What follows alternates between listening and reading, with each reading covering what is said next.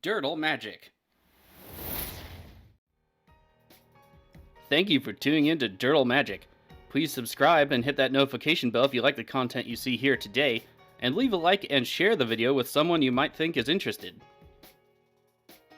Leaving those likes really helps us out, but another way to help us out is by using our TCG Player affiliate link below. If you're looking for singles, sealed product, or gaming accessories, please consider using our link to support the channel. We also have some playmats at inkgaming.com. Go ahead and hit the link in the description to check those out. Alright, let's grab some spells and dirtle with some magic. Hello and welcome back to Dirtle Magic. Today we're playing some Tiamat, the legendary dragon god. Looking at opening hand, one land, some ramp, but it's a no-go. Let's go ahead and mulligan. New hand, card draw, lands. Yeah, I think this will work out just fine. I anticipate there's going to be at least some ramping from the green deck over here, the Questing Beast, and some artifacts from Piru, the Volatile. Our turn gives us Thematic Compass. We do get to go first. Let's go ahead and play Morphic Pool, and we'll get down the Mystic Remora. And we'll pass it off. Our commander is Tuin Wooburg for a legendary 7/7 Dragon God. Flying, when enters the battlefield, if you cast it, search your library for up to 5 dragon cards not named Tiamat that each have different names, reveal them and put them into your hand, then shuffle. To our first opponent with a Sulphur Falls into play, we have Krark-Esior, I think, Wardwing Familiar, and Krark the Thumbless. Krark is 1 red for a legendary 2/2 Goblin Wizard. Whenever you cast an instant or sorcery spell, flip a coin. If you lose the flip, return that spell to its owner's hand. If you win it, you get to copy it and choose new targets. Partner. Krark-Esior, Wardwing Familiar, 1 blue for a 1/3 bird with flying. Spells your opponents cast that target one or more commanders you control. Cost 3 more to cast. Partner. Piru had an isolated chapel into play. Mosswort Bridge for the Questing Beast. Been seeing a lot of Mosswort's Bridge recently. It is a pretty good card, but it's just a weird coincidence. Comes to our turn, Mystic Remora will trigger for its upkeep. Let's keep it around for a while. We get Evolving Wilds. Let's go ahead and play that. Crack it for a Forest. Looks like that's the color we're going to need. And we'll pass it off there. Our second opponent is Piru the Volatile, 2 red, white, black for a legendary 7/7 Elder Dragon. Flying in lifelink, at the beginning of your upkeep, sacrifice this unless you pay red, white, black. When it dies, it deals 7 damage to each non-legendary creature. I do like that. It gives you the option to embrace the drawback or not. You know, quote unquote, the drawback. Over to the partner player, we have Sapphire Medallion. We get to draw a card. And again, if you want to look at the videos I did for Piru, go ahead and go to Dirtle MTG, the list, and look for it there. We get Commander Sphere. Over to Piru, we have a Command Tower. And, yep, Mana Rock. We draw Bladewing the Risen. Over to the Questing Beast, that's Pendelhaven into play. Okay. And they tap it down and pass it off. Do we want to keep Mystic Remora up? We'll go ahead and let Mystic Remora go. We get Smothering Tithe. All the ramp will be ours today. Let's play Spectator's Heating and get down a Commander's Sphere and pass it off. I did choose to use the Sphere here just so we can have some extra card draw in the deck. I haven't gotten to test out the card draw too much. I've been adding more and more of it since I seem to not be getting it in testing, so I figured some Mana Rocks to help us draw cards will be nifty. To the partner player, we have a Steam Vents into play tapped. In the second main, we have Krark the Thumbless. Piru's turn, Mountain, and some tapping of mana, and they just pass it off, nothing out of that mana. Over to the Questing Beast, we have Garruk's Uprising. Creatures they have with power 4 or greater will trample, so that's nice. This thing already has Vigilance, Death Touch, and Haste. Adding Trample, I mean, all it needs at that point is like Double Strike or Strike, and it's a combat juggernaut. Plus, it already has other evasion, so pretty good. The Questing Beast actually is an interesting commander to me, because you can kind of put whatever you want behind it, but it's not like just generic good stuff most of the time. Our turn gives us Forever Young. Let's go ahead and play an island, and we could do Toski here or Smothering Tithe. I think let's go ahead and do Toski. We're getting enough mana right now. I might want the Tithe for later, and we'll pass it off there. The scroll is indestructible as long as we don't have anyone laying down creatures next turn, although I assume the Questing Beast will. We'll be able to draw another card anyway. Over to the partner player, Buried Ruin into play.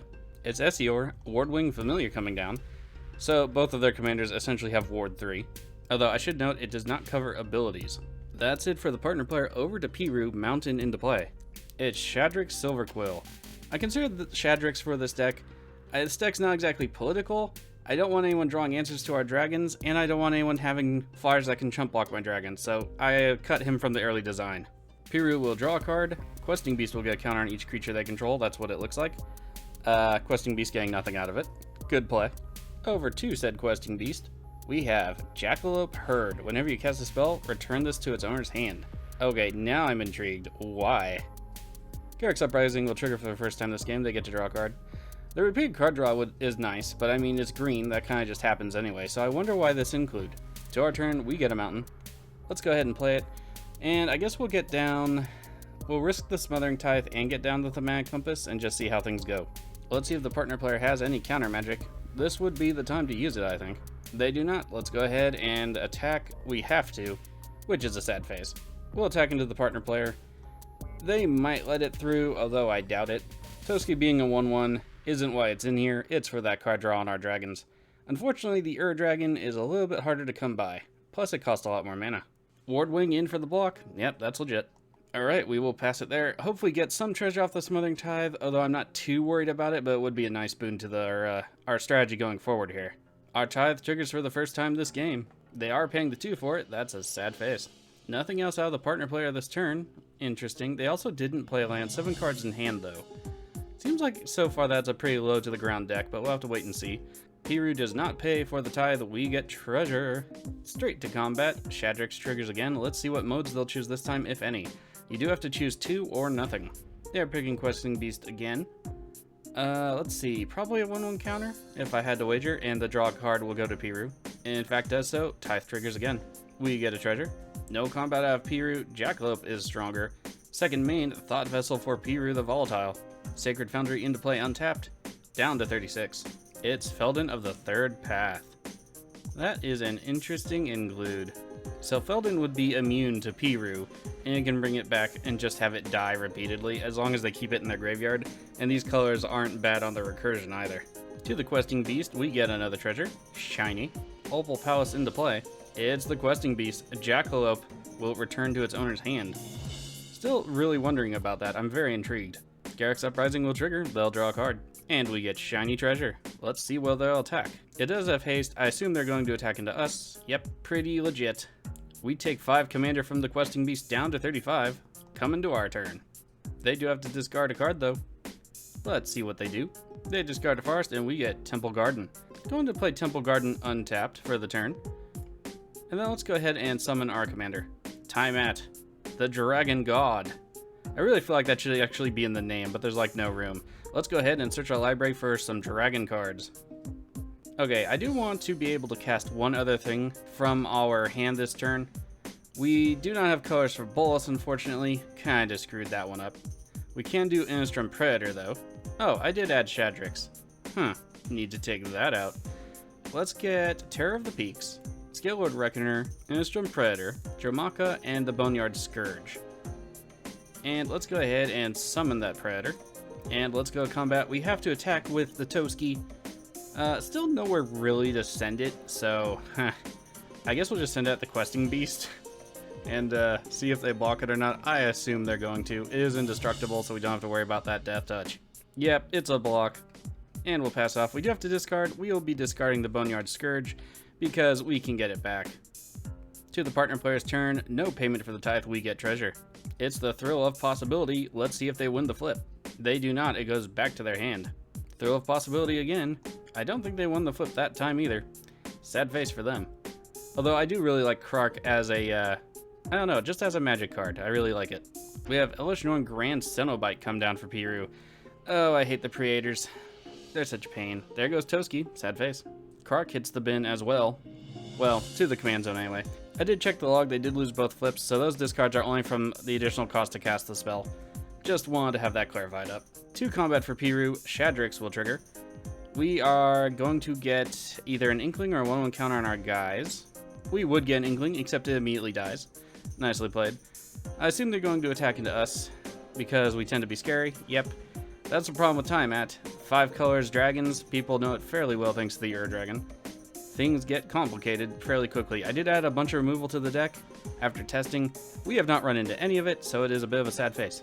In order to block Shadrix, we will block with the Innistrad, and we will sacrifice our commander. We can also bring back our Boneyard Scourge, so let's go ahead and do that. Oop, I thought we were in the blocking step, my bad. At the very least, we will get rid of a card in a graveyard. Let's get rid of Chaos Warp, sure. And we'll block with the Boneyard Scourge. Bit of a misplay there. Alright, and we take no damage, thankfully. We have Bog. Sad face. Yep, it's us. We'll return our commanders to the command zone. I was really looking forward to abusing the Scourge. It's the first time I've gotten to play it. I really like that dragon. We get a treasure. Questing Beast's turn. Forest into play. It's an Endless Atlas. That's unusual to see in a green deck, although I guess it'd be more unusual in blue. It's Jackalope Herd. Questing Beast on the attack. It's not into us, thankfully. It is off into Piru. Will they block it at all? It is Felden. Yep, Felden down. Questing Beast down. To our turn, we get Sarkhan Fireblood. It's essentially a mana dork in this deck. Let's go ahead and play a mountain. Let's go ahead and play the Fireblood. Give somebody else a chance to attack something other than our face. I think I want to get down Terror of the Peaks, and maybe the Scalelord Reckoner, and then get down some other dragons on the next turn, simply so we can start trying to burn out that Elesh Norn, or at least get some removal going. Let's start with the Scalelord, and I think we're just going to pass it off there. No dragons at 4 mana. Maybe get some mana on the next turn, and hope for the best. On the bright side, Sarkhan Vol is there, or at least Sarkhan Fireblooded, so maybe they'll attack him instead. End of turn, the Mana Compass gets the flip. We get to protect ourselves from potentially one attacker. Partner player's turn, we get Shiny Treasure. And they tapping down some mana for Consecrated Sphinx. That could save them. On the bright side, between the Scalelord and that, removal won't be coming our way, I don't think. Nothing else out of the partner player. Back over to Piru. We do have non-legendary creatures on the field though, and they are 1 mana away from Piru, so we might be playing into something here that's not the best. Look at all the treasure we're going to get. Nifty. Temple of the False God into play for Piru on their turn.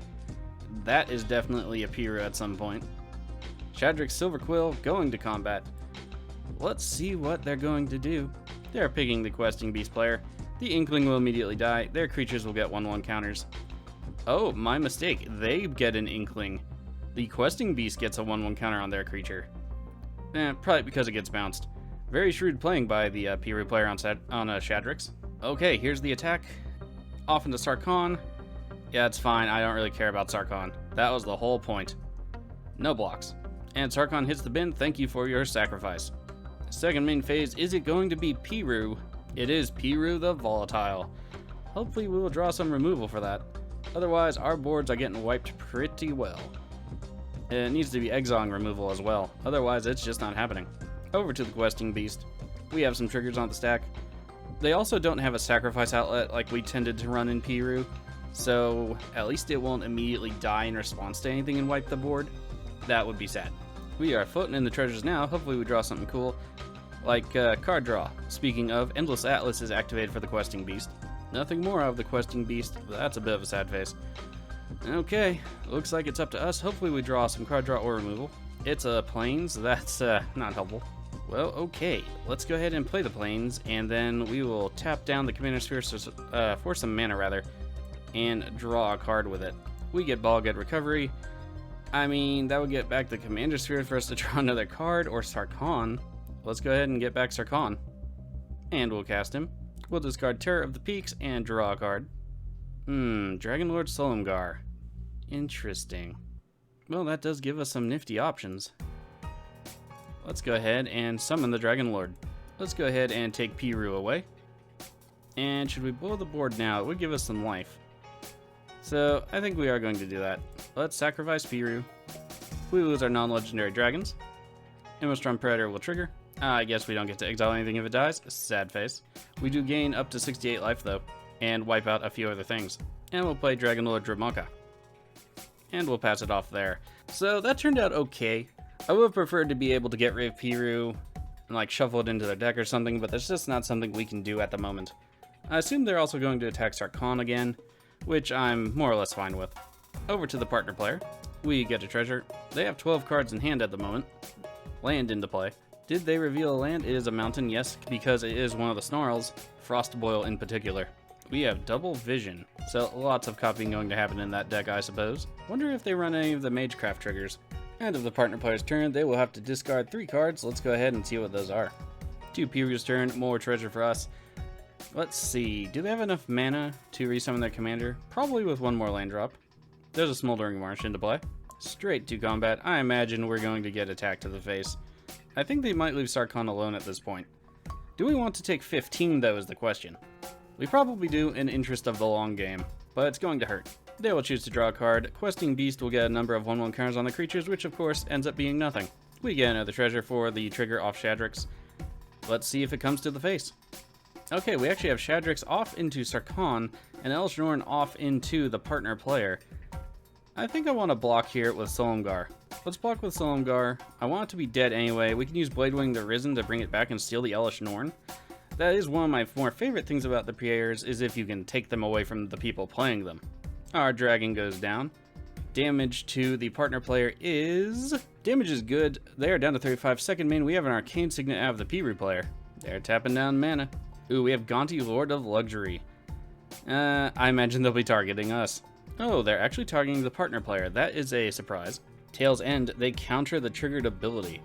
Recently familiar with this card, I just built a Phoenix deck for my wife. Gotta counter all the stinking Eldrazi. And they get to copy it. Because why not? No Gonti trigger for them. Anguished Unmaking, getting rid of the double visions. Okay, so not to the Dragon Lord, that's fine with me. Over to the Questing Beast. Again, we get some treasure.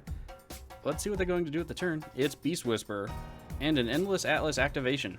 We get Scion of the Ur-Dragon. Ooh, that is pretty tempting, but I think I'm going to leave that in reserve. Let's play a Swamp. Let's go ahead and use Sarkhan to add some mana. We'll play Bladewing the Risen, a legendary creature, by the way. Piru can't hurt it. Get back Dragon Lord Solomgar. And take Elesh Norn. Don't need any of that noise. Let's go to attacks. Dragon Lord Dromaka into the Piru player. They take 7 down to 23, we're up to 75. Let's resummon our commander, Tiamat the Dragon God. Still think it needs a subtitle. Alright, let's refill our hand with a bunch of nice dragons. I think at this point we better get Hellkite Courser. Might be a good idea. Let's get Karthus as a surprise thing. Kaiga as another surprise. Scourge and Nicobolas. And we'll pass the turn. Over to the partner player. I fully expect a board wipe out of Piru coming. Not potentially out of the partner player, but I guess that is a possibility. Partner player plays Winged Words. Cost 1 less if you control a creature with flying. Draw 2 cards. More treasure for us. Oh, wait, maybe not. They may be paying some of the cost. They do pay for the first one. They do not pay for the second. Shiny coins are in our pocket. Ruby Medallion coming down. Nothing else out of the partner player. They do have some mana up though, possible counter magic. And they do have cost reduction for 1 on red spells and blue spells. So we will have to be cautious. Over to Piru. They pay for the Tithe trigger. They could resummon their commander, although everything we have is legendary. Yep, there's the board wipe, Blasphemous Act. Totally saw that coming. Do they have more graveyard hate though is the question. I think we have enough good dragons in hand and Forever Young to just leave Tiamat in there for now. Obzak the Ghost Council. Okay. We'll be losing 2 life. Piru will gain 2. At the end of turn, the Ghost Council will trigger. Let's see if they want to exile it. They do. To the Questing Beast, shiny coin in our pocket. They have Metallic Mimic. So what will they pick? I didn't strike me as a tribal deck, but I guess the Jackalope is a beast, now that I think about it. They choose Beast. It's Garrick's pack leader. They also get to scry 1, thanks to the Path of Ancestry. Garrick's Uprising will trigger for Garrick's pack leader, because Garrick. They play the Arch of Erazka and get the city's blessing. Comes to our turn and we get planes, let's play it. Let's play the Scourge of Vulcus. We'll do 1 damage to the Metallic Mimic. Why not? And then we'll play Nicobolas. We'll deal 2 damage to the Piru player and have everyone discard a card. Urza's Ruinous Blast was the discard from Piru. Let's see what else. We have an extra turn spell out of the partner player. Oh, I do not like those. Those are my least favorite thing of all time. Let's play Karthus. Our dragons will get haste. Unfortunately, there's no dragons to steal at the moment. We'll deal 3 damage to the Piru player. And we'll go to attacks. I'm actually going to attack both dragons off into the partner player because I hate extra turn spells that much. Especially if they get to copy them. No bueno. Damage is good. They're down to 24. Let's go ahead and pass it off. Partner player's turn. We get a treasure. Hopefully they aren't packing a billion extra turn spells in their hand right now. That would kinda suck. Archmage Emeritus. So they do have some Magecraft in the deck. Efreet Flame Painter. So it has double strike, and whenever it deals combat damage to a player, you may cast an instant sorcery card from your graveyard without paying its mana cost. No mana value or CMC restriction. Yeah. No, gonna murder it. Gotta die. To Piru's turn, the Obzadot will come back. It will have haste. It will also trigger. They will drain us for 2. They will gain 2. And they pay for the Tithe trigger. The Ghost Council, off into Sarkhan. Yep, I was like 90% sure that would happen. Do we want to block here though? Nah, we'll just untap it and remove it from combat. Piru's coming back. Looks like it's time to play Forever Young and draw another Dragon Lord. Do the end step. Will the Ghost Council leave us? It does so. Obelisk of Erd coming into play. Pretty good anthem. 6 is a little much, but they did do Convoke. Lightning Greaves. It's being equipped to the pack leader. Comes our turn, we get Felwar Stone. Don't know if I want to cast that yet. Let's go ahead and play Forever Young. We'll get back Bladewing and Silumgar. Now, does it let me order which way they go? That's the question. Doesn't say so. And there's a counterspell, sad face. Kinda knew that was coming. Okay, so next plan.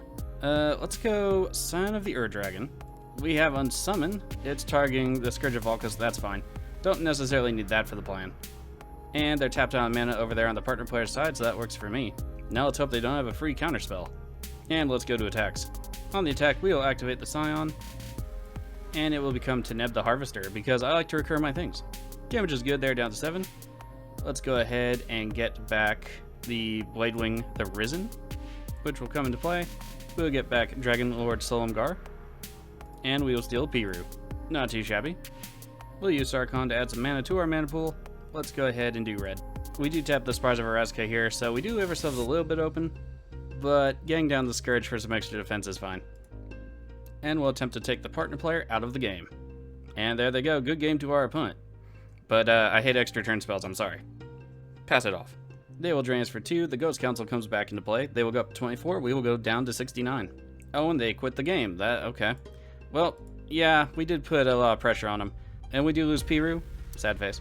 So, over to the Questing Beast, 40 life, 5 cards in hand after the draw. They have the possibility to draw a lot of stuff. They also have Rogue's Passage into play. At least there is Shroud on Garrick's pack leader, that's fine. Rampaging Valiths, things are going to get out of hand very quickly. They will draw 2 cards. They play Renegade Crassus. They'll draw some more cards. Yeah, we're going to have to try and kill them as quickly as possible. Okay, let's see if they're going to attack. They could pressure us a little bit, and we could block with the Dragon Lord Silumgar just to death touch something out of the way. Okay, no attacks. They are tapped down, so let's take this opportunity to deal as much damage as possible. We get Terramorphic Expanse. Yeah, I don't think we need to depend on a draw right now. Let's go ahead and crack it. Let's get a Swamp, I think. We will activate the Sign of the Ur-Dragon, quickly running out of dragons in the deck. Let's go ahead and make it a Lathless Dragon Queen, and then we'll start by casting some dragons. And it's Hellkite Courser, which will bring our commander back to the battlefield. We'll also have a number of Scourge of Valkus triggers, so this should be fun. And with that alone, they are down to 2. Nice. And then we'll play Kaiga the Tide Star. Scourge of Valkus will trigger. This should be game. And it is. Good game to our opponents. But damn, that was a lot of damage. Quite impressive. Alright, who do I want to give it to? I think we'll give it to the Questing Beast player, just because they kind of stayed in the game for a bit. Over Piru and all the board wipes and things. Especially the Elish Norn. And there it is, and for the first time I think, we are tied for the most votes on different players. 1 to us, 2 to the partner player, and 2 to the Questing Beast player. Alright, let's go ahead and take a look at the deck. Okay, here is the deck. Frankly, Dragon Lord Silumgar pulled so much weight, I'm pretty happy with that. But as you know, we do have a lot of dragons and dragon-related things. We also just have some kind of random removal. Generous Gift, Beast Within, hit just about everything, Despark as well. Path to Exile, Swords to Plowshares for creatures, Rip Apart for some smaller stuff, and Utter End for its all-purpose utility. Other than that, Card Draw, Mystic Remora, Rhystic Study. We do have Species Specialist in here since we do use a lot of dragons. I thought it'd be an interesting include. Haven't gotten to test it yet once though, so I don't know if it works at all. Painful Truths, Read the Bones. Just some generic good stuff there. Also a bit of ramp, Arcane Signet for color fixing, Expedition Map to get maybe Command Tower, Wayfarer's Bauble. Commander Sphere, I also put in Dragon's Horde. I don't know if I like it enough because it is card draw and it is mana, but it does seem a tad slow. That may just be something I need to test out. As far as our dragons go, most of them are fine. I still need to take out Shadrix. I thought I had. At this rate, I'd probably put in the other Silumgar, Drifting Death, just so we can have kind of like a mini board wipe on our hands whenever we need it. Other than that, at the top end, Karthus is fine. Black Blade is amazing. Beldros can be very good. It does, give us some extra defenders on the ground, pay 10 life. I haven't gotten to test it yet, so I don't know how good it is in here, but I expect great things. We also have Amrith Desert Doom. I don't know how to pronounce that, but it does have Ward, which I really like, and it has some card draw on it. Plus it's a 5/5 for 5, so not too bad. Now I was hoping to kind of abuse the Boneyard Scourge, but that just didn't happen for us. Anyway, here is the deck. Going to make a few changes like getting rid of Shadrix. Also, don't know if I want to keep in Spiteful Visions, but that could be good and clutch against some other things. Sarkhan Fireblood was amazing. Don't know if I'm going to keep the 3-color Sarkhan Unbroken. It does add mana, it does create a dragon, and we do have synergies with all that stuff. And its ultimate's good, but I might want to lower the CMC of the deck just a tad, so I might take him out. If you saw any cards that you want to purchase for yourself in paper that you saw in this game, sealed product, or gaming accessories to protect all of that glory, please consider using the TCG Player affiliate link in the description below. It helps out the channel, doesn't cost you anything extra. Okay, on to the next game for Tiamat. Hopefully we can do just as well and be just as impressive, but time will tell. Now that I think about it, I might want to add like 1 or 2 more sack outlets just to get rid of maybe the Tide Star, the Morning Star, and the Evening Star. Maybe add Ryusei. 6 drops in dragons are a little bit, they're populated quite well, so I don't know that I want to add any more of the stars. But in either case, I'll see you for the next game. Stay safe out there.